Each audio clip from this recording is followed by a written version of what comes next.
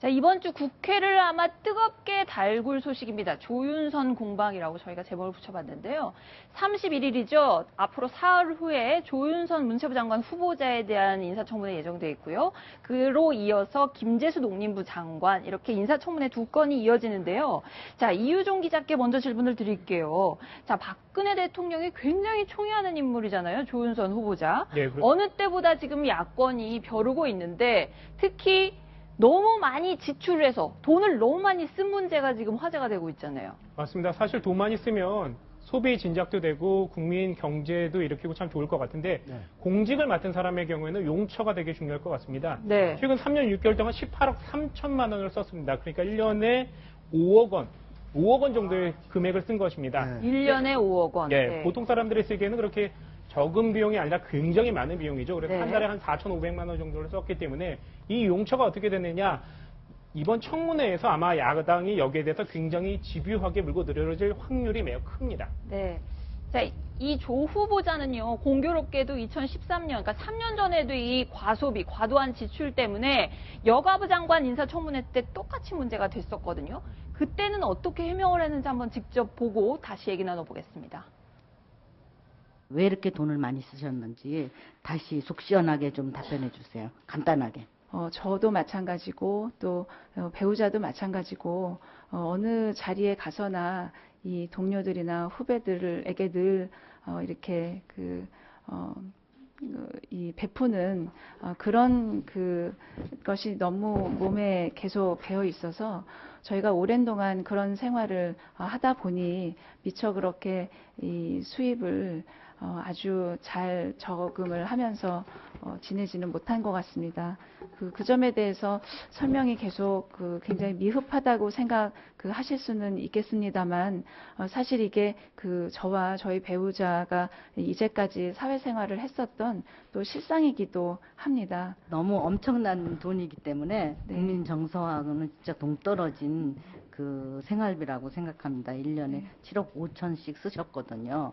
그래서 그게 도저히 납득이 안 가는 거예요. 네.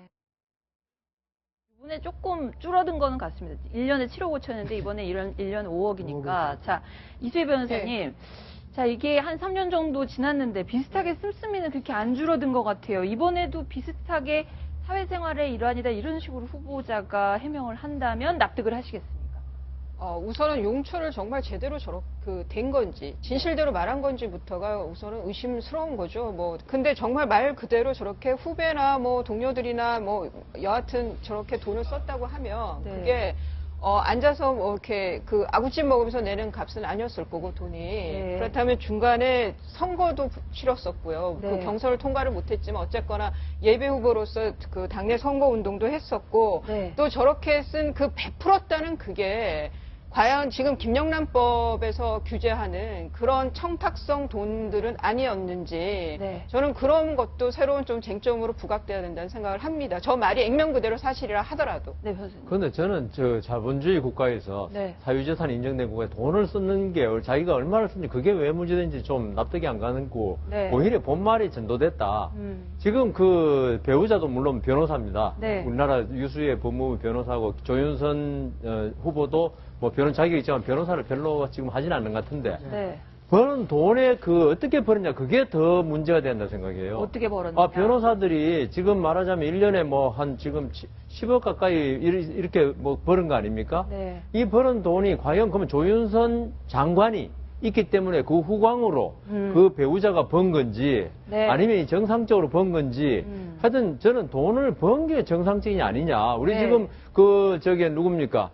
국무총리 후보 갔던 안대희 장관도 1년 동안 얼마 벌었니 그것 때문에 낙마한 거 아닙니까? 네. 그러니까 변호사 하는 건 좋은데 지금 제가 알기에 지금 변호사들이 1년에 그 정도 버는 변호사가 우리나라에 과연 몇 명 있을까 그런 생각이 드는데 네. 그 부분에 대해서 좀 집중해야 되지 않느냐 그런 생각이 듭니다. 네.